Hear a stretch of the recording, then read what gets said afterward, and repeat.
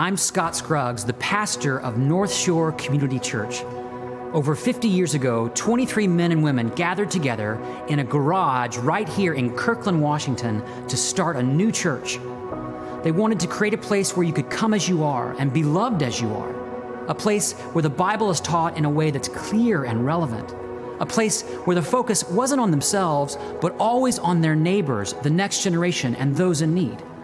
They didn't have a big staff or budget. In fact, in the early days, you had to bring your own chair. But they had a big dream, and they served a big God who has a big vision for the Seattle area and beyond. Thankfully, since that day, we've outgrown that garage. We've reached more and more people. We've planted new churches, and we've seen God change so many lives. Today, our church is made up of people from all walks of life, single and married, young adults and empty nesters, people who've been going to church for a long time, and people who are trying church for the very first time. The one thing we all have in common is that we're not perfect and we don't pretend to be. So, if you're looking for a church, or if you're facing a challenge in your life that you can't overcome on your own, or if you just need a safe place to ask questions, I hope you'll come visit. Because at Northshore, we believe that Jesus can change everything for anyone. Who knows? Maybe God's next great story of life change will be yours.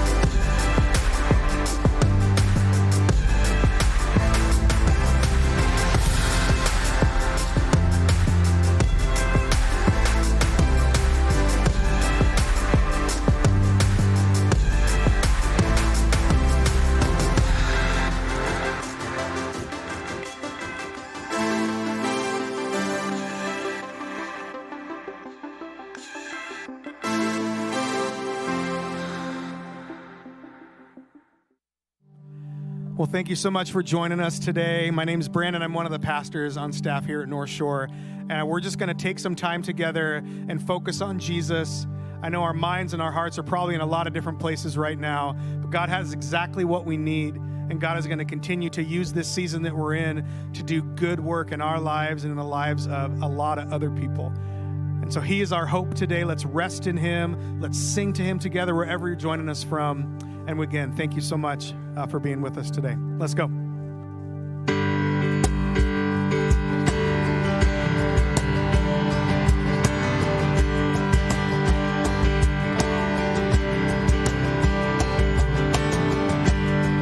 Now the darkness fades into new beginnings as we lift our eyes to a hope beyond. All creation waits with an expectation to declare the reign of the Lord our God. Yeah, we will not be moved when the earth gives way, for the risen one is overcome. And for every fear, there's an empty grave, for the risen one is overcome. Now the silence breaks in the name of Jesus, as the heavens cry and the earth responds. All creation shouts with a voice of triumph to declare the reign of the Lord our God. Let's sing together. We will not be moved when the earth gives way, for the risen one is overcome. And for every fear, there's an empty grave, for the risen one is overcome.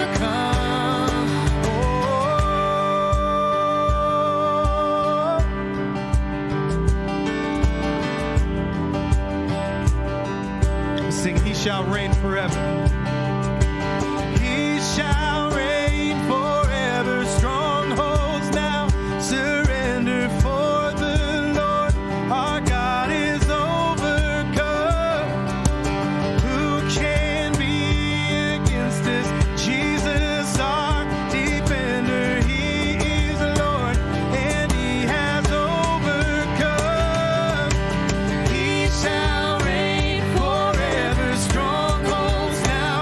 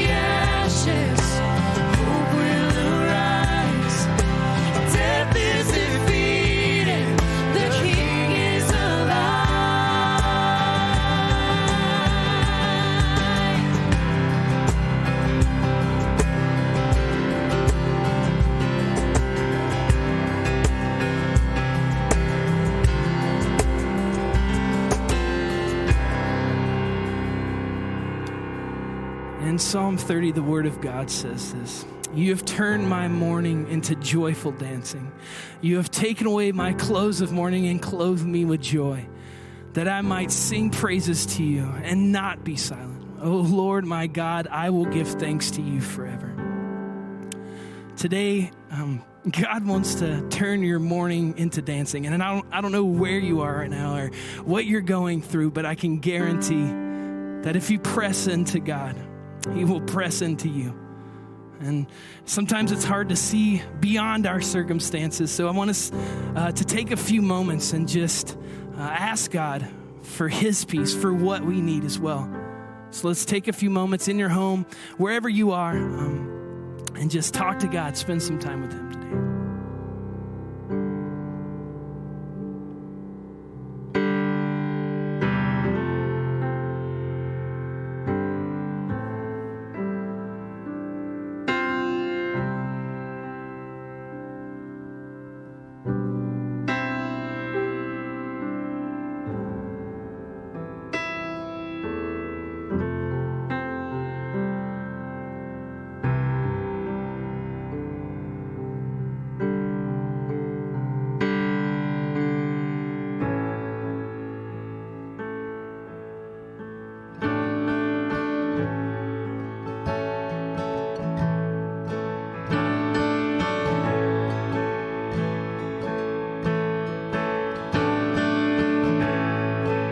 Sing this.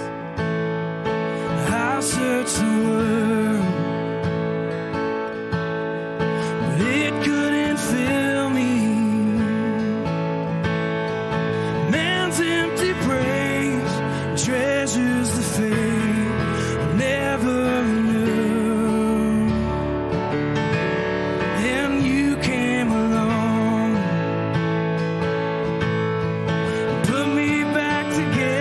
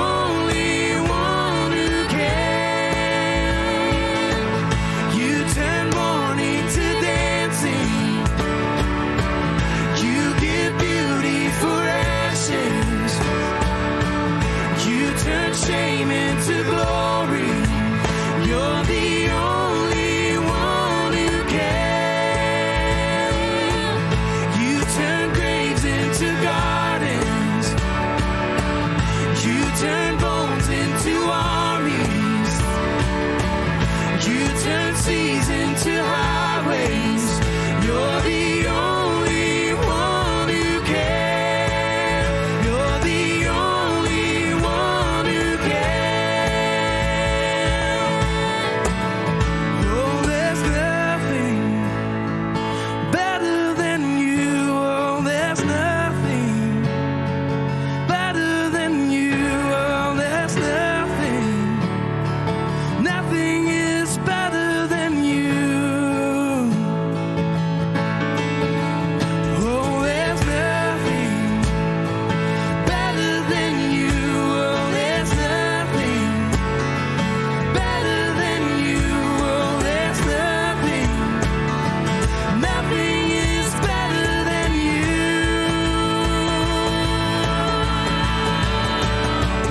You turn graves into gardens. You turn bones into armies. You turn seas into highways. You're the only one who can. You turn graves into gardens. You turn bones into armies. You turn seas into highways. You're the only one who can. You're the only one who can. You're the only one who can.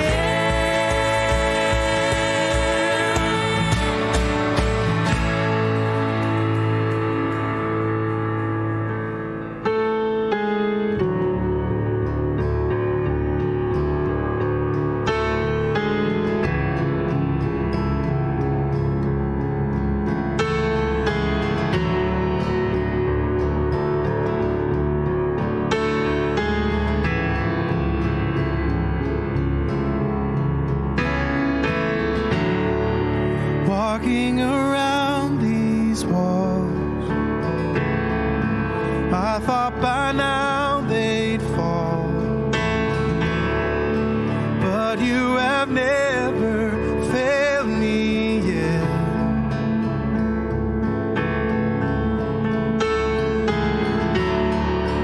Waiting for change to come,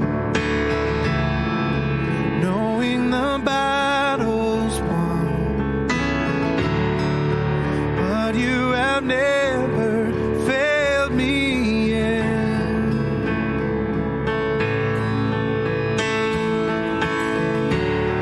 Your promise still stands. Great is your faithfulness, faithfulness. Still in your hands, this is my confidence. You never fail me yet.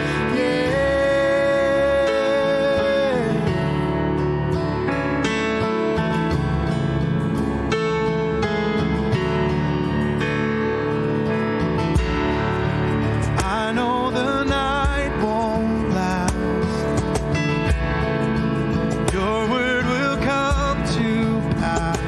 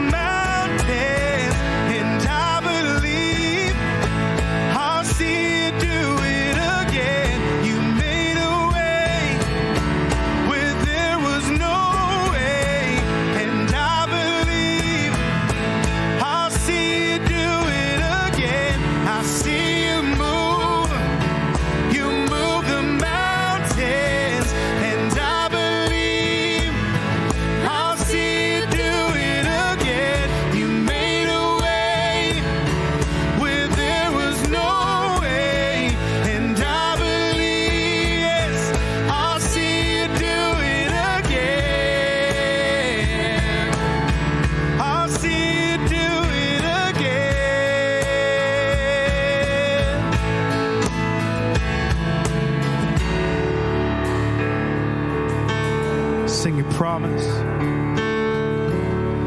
Your promise still stands. Great is your faithfulness, faithfulness. Still in your hands, this is my confidence. You never fail. Your promise still stands. Great is your faithfulness, faithfulness. I'm still in your hands. This is my confidence. You never fail me yet.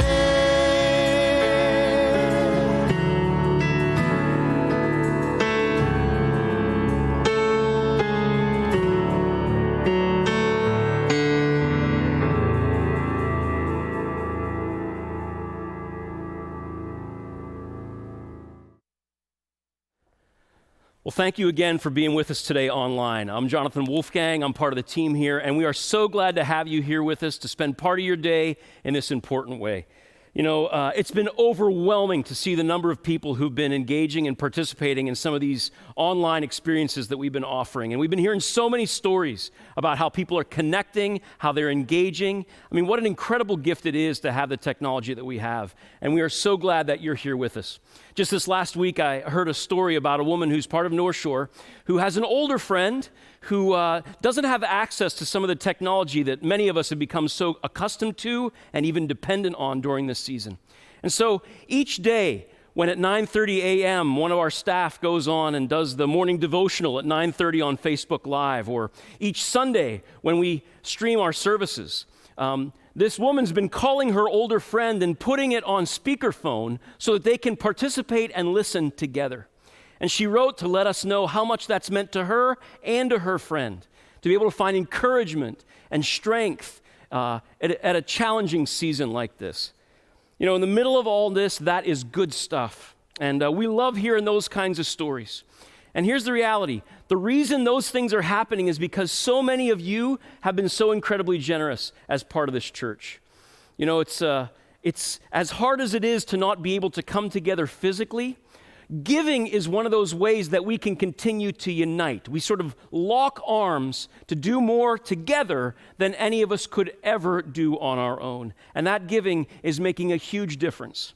It's positioning us to be able to continue to respond to the needs that we see coming in, and those needs are climbing. Folks are reaching out, asking for help in a variety of different ways. And when you give, you help meet those needs. And let me just say, if you right now are facing some kind of a need, please don't be shy. Give us a call at 425-216-4433. Again, 425-216-4433. You can leave a prayer request on that voicemail or let us know about some need we may be able to help with.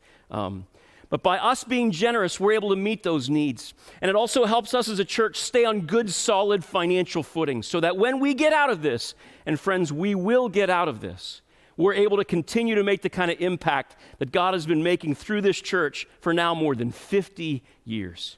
So thank you for being generous. On your screen right now, there are some ways that you can give. Follow those links, and thank you for partnering in this extraordinary season in such a meaningful way.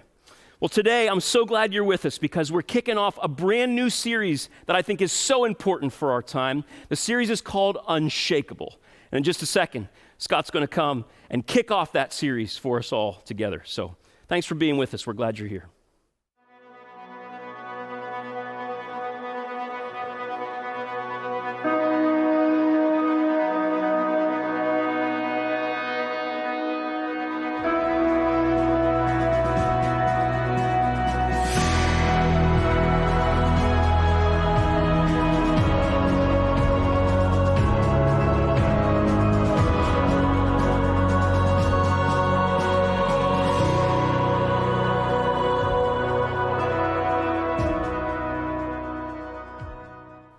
Hey everybody, welcome to Church Online here at Northshore. Wherever you are sheltering in place right now, I'm just so glad you've taken some time today to be with us. Years ago, a group of my friends from college decided to get together for a few days to reconnect and have some fun together. One of the guys had a family home in the Florida Keys, so we flew in from all over the country to spend a few days there, and it was a rich time. Deep conversation, great meals, a lot of time on the beach. Well, during the week, one of the guys had a birthday, and his family decided to gift all of us a day of deep sea fishing. Now, a bit of context here. I'm from the state of Arkansas, which is totally landlocked. It's surrounded by Texas, Louisiana, Mississippi, Tennessee, Missouri, Oklahoma. For those of you on the West Coast, those are actually other states. So when I, being from Arkansas, heard the word fishing, I'm thinking relaxing on a boat, peaceful lake or river, something that's easy and restful. What I didn't know is that deep sea fishing is nothing like that. So we went down to the dock. We were dressed more for kind of a pleasure cruise, swim trunks, flip-flops. When the captain of the boat saw us, he actually smiled and said, "Hey, how many of you have actually done this before?" No hands went up. Then he asked, "How many of you tend to get seasick?" No hands went up. He smiled again and said, "Okay, I just want to warn you, it's going to be a little bit rougher out there than usual." But we were a group of guys, so we just smiled as if to say, "Bring it on, the rougher the better." As we began our trek out into the ocean, my first thought was, it's not so bad. I mean, this 40-foot boat easily was tackling the small waves in the shallow waters. But as we moved further out to sea, the water turned from light blue to dark blue to almost black, and the waves began to rise higher and higher. The boat would pitch up and down, steeper and steeper, and then I started to feel a little queasy. And then I started to feel a lot queasy. And I noticed some of the other guys looking kind of green. Someone said, I looked green. The waves got bigger, the boat rocked higher, and then I heard it. Someone was throwing up over the side of the boat. Then another guy, then another guy, then another guy. And by the time the captain said, "Who wants to catch a fish?" all 6 guys were puking into the ocean, including me. We literally had every side of the boat covered. The only guy who wasn't had passed out down in the cabin because he panicked and took too much Dramamine. I got to tell you, the next few hours were some of the longest hours of my life. I have never felt so sick, so helpless, so shaken. I remember thinking, this is a 40-foot boat, and we have an experienced captain, but at some point, if the waves are too great, there's simply nothing the boat or the captain can do. So, kind of embarrassing, I just huddled up in the cabin, just wanting this experience to all be over. On the bright side, since none of us were actually fishing, the crew went fishing for us, and they actually caught several amazing fish for us to take home. Well, when we finally made it back to the dock, we tipped the captain and we took the fish we didn't catch and we drove back to the house in silence and everybody went back to bed and we basically agreed we would never speak to each other about that day again. Well, that was almost 20 years ago. I've never told that story before and I still get kind of queasy just thinking about it. But I was thinking about that story this week because it reminds me a lot about what we're living through right now. I have never experienced a season like we're in right now. In fact, none of us have, unless you're 102 years old. It was just a month ago today that the COVID-19 virus took its first American life right here in Kirkland. At that time, it was a big story, but businesses were still open and schools were still in session and people were still shaking hands and going out to dinner. Boy, does that feel like a lifetime ago. Today, the number of infections continues to rise. The economy continues to fall. People are losing their jobs. Stores are being forced to close. Parents are trying to work from home while managing their kids who are now stuck at home, which is kind of crazy making. Some of you may have seen the trend on social media this past week of parents working from home and posting what their kids are doing, but replacing the word son or daughter with the word coworker. For example, my coworker just ran into my office screaming, "I can't find my pants," or "My coworker won't stop licking me." Or if you were at my house this past week, it was, "My coworker is running around saying, 'I went pee-pee, I went pee-pee.'" I was just praying it was actually in the toilet. You see, everything has changed. Even knowing how to say hello to someone in this kind of new day feels so different because it sounds almost out of touch to say, "Hey, how's it going?" Because how do you think it's going? when I look at what's happening around, it feels like the storm is just getting greater, the waves are just getting higher, and it's so easy to feel shaken and helpless, out of control.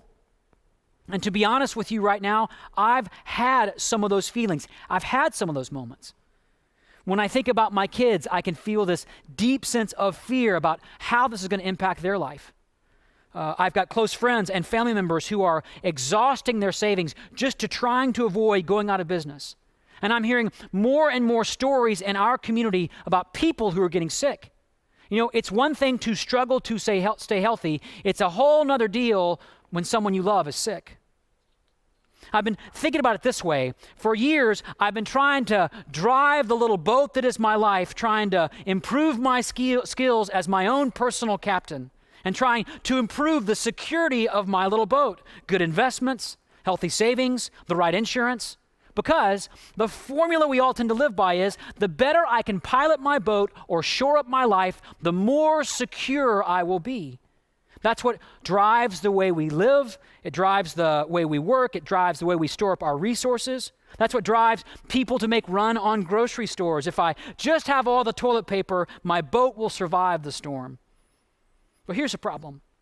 And I think this is part of what God is helping all of us come to see, including me, that no matter how well you captain your boat, no matter how sturdy the hull may be, at some point, if the waves are too great, there's simply nothing the boat or the captain can do.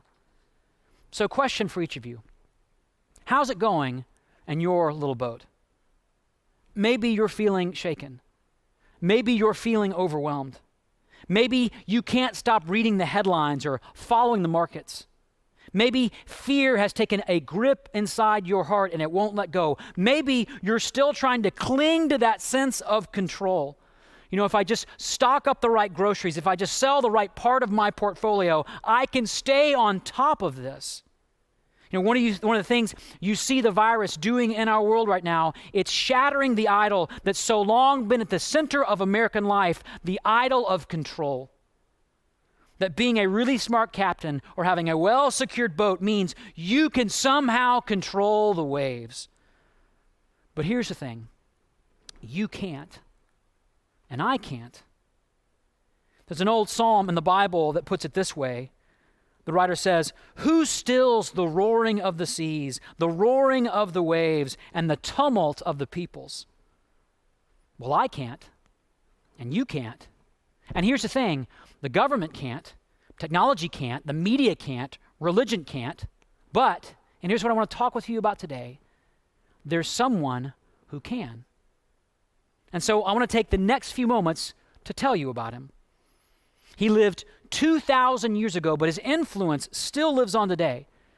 He's the reason why there are hospitals. He is the reason why there are orphanages. He's the reason why there are organizations called the Red Cross and the Salvation Army. Before him, it was noble to think highly of yourself. After him, it became noble to be humble. There's a lot of talk in our world right now about how to be a good neighbor. He started that. Even our calendars, if you think about it, even our calendars are a product of his life. We are living 2,020 years from what? From his birth. But it's not his influence on ethics or relationship or lifestyle that I want to talk about right now. It's something much deeper, something that his very first disciples discovered about him one day when they were together, no surprise, on a boat. Here's how the gospel writer Luke tells the story. He writes, "One day, Jesus said to his disciples, let us go over to the other side of the lake. So they got into a boat and set out. As they sailed, Jesus fell into a deep sleep. He fell asleep. At the time, a squall came down on the lake so that the boat was being swamped and they were in great danger." Now pause here for just a moment. There's no doubt at this point the disciples are feeling a number of really intense emotion. Wouldn't you be? But one of the emotions I know they were feeling was frustration with Jesus. I mean, think about it. It was his idea to cross the lake. And now they're in this massive storm. Their lives are in danger. I mean, it's one thing for them to give up their occupations for him. It's one thing to face persecution or rejection for him. But this is now a matter of life and death. They left everything so they could change the world with him. And now, before they've done anything, they're about to lose everything, including their lives. I think I'd be quite frustrated in that moment. And it's moments like these that I like to call God, why moments. God, why did this happen? God, why are we living through a global pandemic? God, why is my marriage on the rocks? God, why am I feeling so alone? God, why didn't you protect my loved one? God, why didn't you save my business? God, why did this happen? Question for you right now. Have you ever had a God, why moment? A very dear friend of mine who serves on staff here at Northshore has a daughter that's in quarantine in a hospital with pneumonia-like symptoms. And to add insult to injury, her daughter's company called while she was in the hospital to tell her that she was now out of a job. My friend is a person of great faith, loves God, but she can't get to her daughter. She can't really help her daughter. She can't trade places with her daughter, which she would love to do. And when we were talking, it's like we were both silently saying, God, why? That's part of what the disciples who were in the boat in the middle of that storm are thinking. God, why did you bring us out here? God, why are we in this storm? But even more troubling at this point in the story is what Jesus is doing. Remember the detail? He's asleep. He's back in the stern, snoring away. I mean, did he panic and take too much Dramamine? You know, it's interesting. Scholars have long debated the meaning of this kind of untimely slumber. My view is that Jesus is actually really, really tired. I mean, think about it. He'd been healing and teaching and traveling from place to place, followed by great crowds of people who are asking for all sorts of things from him. And he's tired. And here's the deal. Tired people can sleep through a lot. Trust me, I have a newborn at home. I might fall asleep during the middle of this message. The point is not that he was asleep. The point is that he was still present. He was right there in the boat, waiting to be called upon, waiting to be sought after. You know, sometimes I like to think about how long it actually took the disciples to go out and get help, to ask him for help. Remember, some of these disciples were professional fishermen, which means the boat was their turf. It was where they were most comfortable. It was where they felt most competent, most in control. You know, maybe Jesus went to sleep that day because every other time they got in that boat, the disciples made it clear, hey, we got this. This is our thing. You might be a great teacher on land, but you're just another carpenter when you're out in the boat. Until there's a moment in life, and we're living through one right now, where it starts to get real, real clear, we don't got this. We can't fix this. We can't solve this. We can't snap our fingers and just make things go back to normal.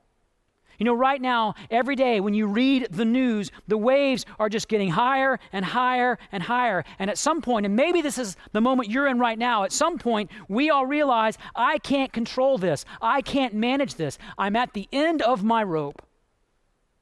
And that's when the disciples make a really important decision. They stop trying to steer the boat. They stop pretending they've got this. The waves are too great. All they can do is now go to Jesus. Luke writes, the disciples went and woke him saying, Master, Master, we are going to drown. Notice, they didn't even ask him to do anything or to help. They knew enough about boats and waves to realize their boat was no match for these waves. Jesus is now all they have, and they have no idea how Jesus is even going to do anything about this. But guess what? That's when Jesus took action. The text says, he got up and rebuked the wind and the raging waters. The storm subsided, and all was calm. No wind, no storm, no waves, no raging seas. Just calm. All was calm. It's a miracle, right? But here's the thing. The miracle is not just that Jesus spared their lives. That was the easy part. In fact, if saving their lives was the point, he could have simply not taken them across the lake that day. The miracle was not what they were spared of. The miracle was what they saw Jesus do. He didn't just take control of the boat. Jesus took control of the waves. He didn't pilot the boat out of the storm. He showed himself to be stronger than the storm itself. And then, Jesus turned back to his disciples and he looked them in the eye and he asked them this incredibly important question. He said, "Where is your faith?" And by the way, this is not some theoretical question about somebody's religious affiliation. This is a deeply personal question asking them, in what or in whom is your ultimate security? In what or in whom do you trust with what matters most to you? Is it you? Is your trust in that boat? Is it in your competency? Is it in your resources? Is it in your resume? Is it in your popularity? Is it in your intelligence? Is it in your behavior? I know a lot of people in churches today that say they trust God, but really they are trusting in their ability to avoid making certain kinds of mistakes. So what are you trusting right now, really? Right now, as the waves of the coronavirus rise across our world and you ask, God, why? Or you reach the end of your rope, where is your faith? You know, I always used to think of this question, this moment when Jesus asked that question, as kind of a harsh moment, like a parent interrogating a guilty child. But this is not an interrogation, it's an invitation. Jesus is saying, are you ready at this moment? Are you ready to stop obsessing about how to be the perfect captain of your own little boat and to start entrusting your life to the one who is in charge of the waves? And at that point, I imagine the words of another very old psalm would have come to mind for these first century Jewish disciples. Words that for centuries God's people used to talk about God's power. Psalm 107:27 says, "The Lord stilled the storm to a whisper, and the waves of the sea were hushed." You see, it was in those calm waters, while the disciples were still dripping wet, that they began to realize this man Jesus is not just another great teacher or another great leader or another great rabbi. In fact, Luke says that in fear and amazement, they asked one another, "Who is this? He commands even the winds and the water, and they obey him." Who is this man? He didn't just have helpful tips about driving the boat. He had authority over the wind and the waves. Who is this man? This wasn't just a display of ethical or spiritual authority. This was a display of God of the universe kind of authority. Who is this man? You know, that's actually the most important question you can answer in your life. Whether facing a global pandemic or any storm that threatens the safety or security of your boat, who is this man, Jesus? And here's the thing. You really only have one of two choices. Either he's just another ancient religious figure who had some wise things to say about steering the boat of your life, or he's the God who can control the winds and the waves. Either he's just a failed Messiah who died 2,000 years ago, or he's the God who conquered sin and death on that cross. Either he's just a legend from ancient history who has nothing to do with your life today, or he's the God who is able to do what? To do whatever you need done in your life today, meaning no problem can thwart him, no storm can beat him, no virus can stop him.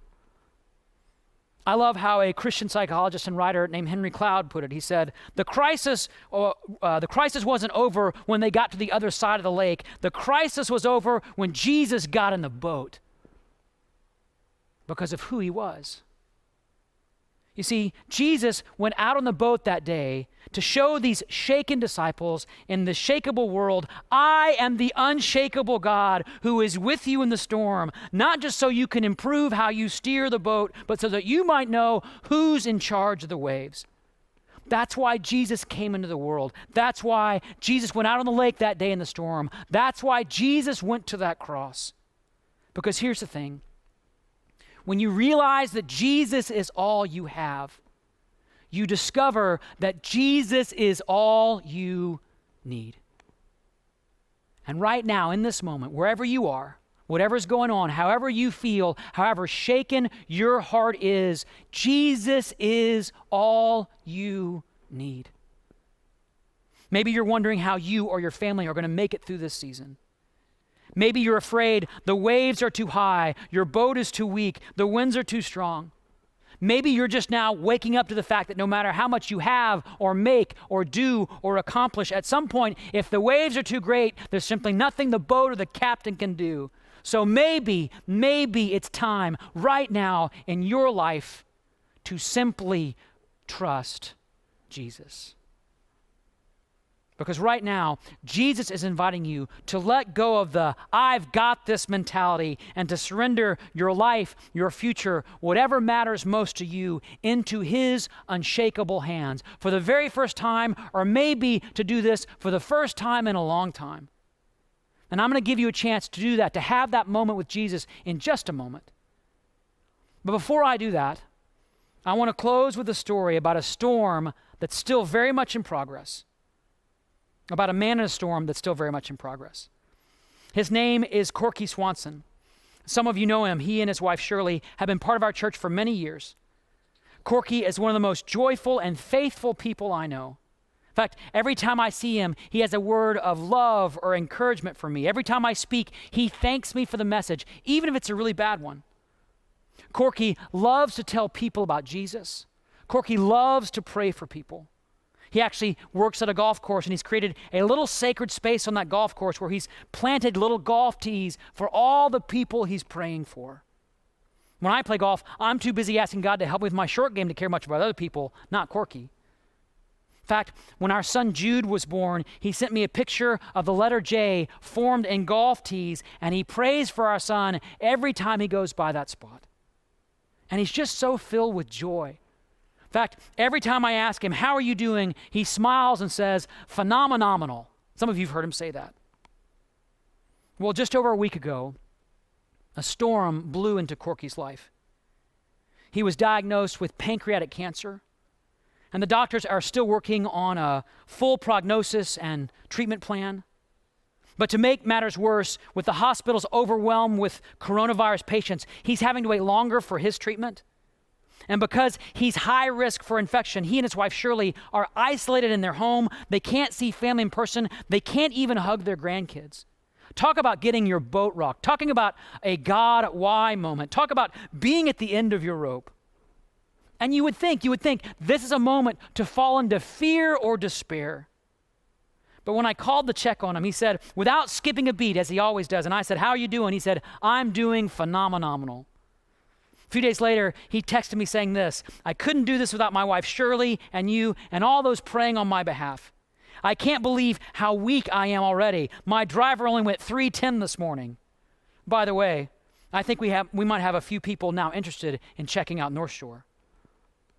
Yes, he's got cancer, but he's still thinking about who he can invite to church and who he can pray for, and who needs to know Jesus. In fact, this past week when he was in the hospital, he was able to share about his faith in Jesus with some of the hospital staff. Think about that. Hospitals are like totally in lockdown mode. Pastors can't even get into the hospital right now. So God just sent Corky. A few of us on staff were on a Zoom call with Corky just a few days ago, and I have to tell you, the waves in his life have never been higher. The uncertainty has never been greater. The storm has never seemed so strong. But here's the thing, Corky is not shaken. In fact, he told us this week that he's experienced a peace like he's never experienced before. When the waves are at their highest right now, all is calm. How is this possible? Because when Jesus is all you have, you discover that Jesus is all you need. And this Jesus is not just another guy helping out with the boat. He is the master of the waves, the creator of the universe, the Lion of Judah, the Lamb of God, the Alpha and Omega, the resurrection and the life, the God who is able to calm whatever storm you're facing. So question, and with this I'll close. Are you ready to stop trying to control that boat and start trusting the God who controls the waves? Would you take a moment and pray with me? And right now, wherever you are, with your eyes closed, with your head bowed, some of you right now, you've never placed your trust in Jesus before. And I want to invite you right now, wherever you are, to do just that. It's okay if your kids are screaming, your apartment is messy. Jesus can hear you even when there's chaos around you. That's what we learned in this story. And so you can tell him these very simple words. Just repeat these words in your heart right now. Jesus, I want to surrender my life to you. Jesus, I trust you not just as the leader of my life, but as the master of this world and all the storms in it. Jesus, I confess my sins and selfishness, and I trust myself to your grace and your goodness. Help me now trust you every day of my life with what matters most to me.